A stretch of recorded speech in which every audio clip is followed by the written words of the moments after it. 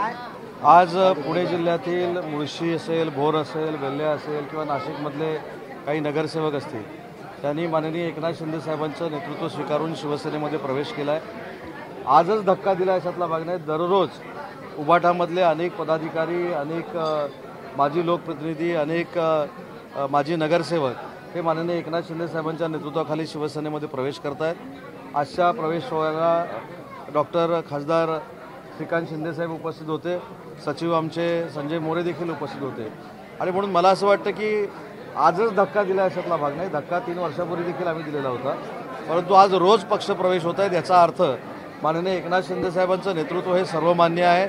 शिंदे साहेबांच्या नेतृत्वाबद्दल एक विलक्षण आकर्षण आहे आणि त्याच आकर्षणापोटी वंदनीय बाळासाहेबांचा वारसा, विचारांचा जो आम्ही पुढे घेऊन जातोय शिंदे साहेबांच्या नेतृत्वाखाली, त्याला प्रचंड आणि उदंड प्रतिसाद मिळतो।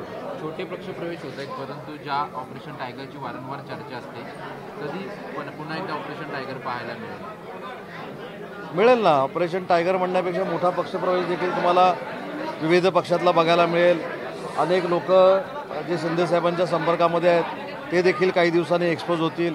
जे आमच्यावर टीका टिप्पणी करतायत त्यांची पूर्वीची भूमिका काय होती हे देखील तुम्हाला कळेल।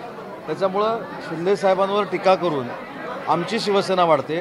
कारण मगाशी महिला भगिनींनी घोषणा काय दिली तर लाडक्या बहिणींचा लाडका भाऊ, म्हणजे सख्या भावानं बहिणींना प्रेम दिलं नाही, त्याच्यापेक्षा जास्त प्रेम एकनाथ शिंदे साहेबांनी महाराष्ट्रातल्या कोट्यावधी महिलांना दिलेलं आहे आणि शिंदे साहेबांवर विश्वास आहे।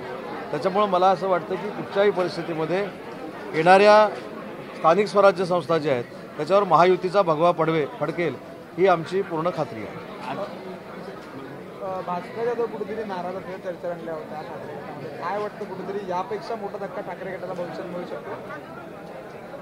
ते नाराज आहेत की नाही मला माहीत नाही, परंतु त्यांच्या काही स्टेटमेंट मी बघितल्या, ऐकल्या। माझ्यावर देखील त्यांनी आज टीका केलेली आहे। त्यांच्या निवृत्तीचं पण काही चर्चा सुरू झालेली आहे। पण ठीक आहे, लोकशाहीतला टीका टिप्पणी करणं हा एक भाग आहे, परंतु मला असं वाटतं की भास्करराव जाधव कोकणातले एक अनुभवी नेते आहेत।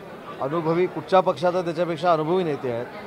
त्यांनी अनेक वेळा निवडणुका लढवलेल्या आहेत, जिंकलेल्या आहेत। अशा नेत्यांना राजकीय निवृत्ती घेणं योग्य नाही, ही माझी देखील भावना आहे। आणि हे काय बाकीच्यांसारखं टोमणे बिमणे मारून मी सांगत नाही, जी खरी भावना आहे ती सांगितली। आणि त्यांनी माझ्यावर पण टीका केलेली आहे। आता माझ्यावर टीका करत असताना त्यांनी मातोश्रीवरचा राग माझ्यावर काढला आहे, मी आपला जवळचा आहे म्हणून, मी ऐकून घेतो म्हणून। पण तो राग माझ्यावरचा नाही, ते जे काय मला बोललेले आहेत त्या भावना मातोश्रीबद्दलच्या आहेत आणि ते मातोश्रीवर प्रचंड नाराज आहेत हे तुम्हीच मला सांगितलेलं आहे। आणि म्हणून तिकडं नाराजी कोणावर व्यक्त करायची तर जवळच्या माणसावर व्यक्त करायची, जवळच्या मित्रावर व्यक्त करायची। म्हणून उदय सामंतला त्यांनी आज टार्गेट केलं। जवळच्या मित्राचं स्वागत असतं शिवसेनेत आल्यावरती मी अनेक वेळा सांगितलं, आज देखील सांगतो आणि खुल्या मनानं सांगतो की भास्करराव जाधव साहेबांनी शिंदे साहेबांचं नेतृत्व स्वीकारलं तर आम्हाला सगळ्यांना आनंद होईल। पण त्या आपल्याच काही नेत्यांनी असं म्हटलं की जेव्हा गुवाहाटीला जायचं होतं तेव्हा सुरतच्या बॉर्डरवरती पहिले पोहोचणारे नेते हे भास्कर जाधव होते। रामदास कदम असं म्हटलं। सुरतला पहिल्या दिवशी जे गेले त्यांना हे सगळं माहिती असेल, कारण मी नंतर गेलो। आज मुख्यमंत्र्यांच्या उपस्थितीमध्ये त्रिभाषा संदर्भात एक बैठक बोलवण्यात आलेली आहे। काय एकंदरीत बैठकीमध्ये चर्चा होईल, काय सांगाल? या बाबतीमध्ये स्पष्ट भूमिका अशी आहे की हिंदीची सक्ती अनिवार्य कुठेही केलेलं नाही आणि याबाबत सगळ्यांचं म्हणणं ऐकून घेण्यासाठी आणि त्याच्यावर मार्ग काढण्यासाठी स्वतः माननीय मुख्यमंत्री देवेंद्रजी फडणवीस बैठक घेत आहेत।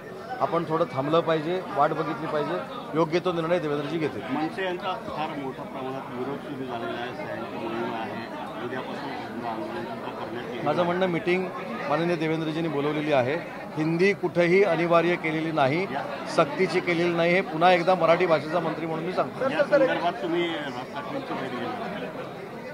नाही, मी 8-10 दिवसानं त्यांची भेट घेणारच आहे, पण ती ह्याच्यासाठी नाही, त्यांची मराठी भाषेसंदर्भातली भूमिका आम्ही सगळ्यांनी समजून घेतलेली आहे, परंतु हिंदी कुठेही अनिवार्य केलेली नाही। तर उद्या महायुती समन्वय समितीची बैठक आहे, काय नेमकं त्या बैठकीमध्ये असणार? कारण या मी देखील समन्वय समितीमध्ये आहे, आताच मला निमंत्रण आलेलं आहे। समन्वय समितीची बैठक झाली की आम्ही सांगू की समन्वय समिती बैठकीमध्ये काय घडलं का काय चर्चा झाली।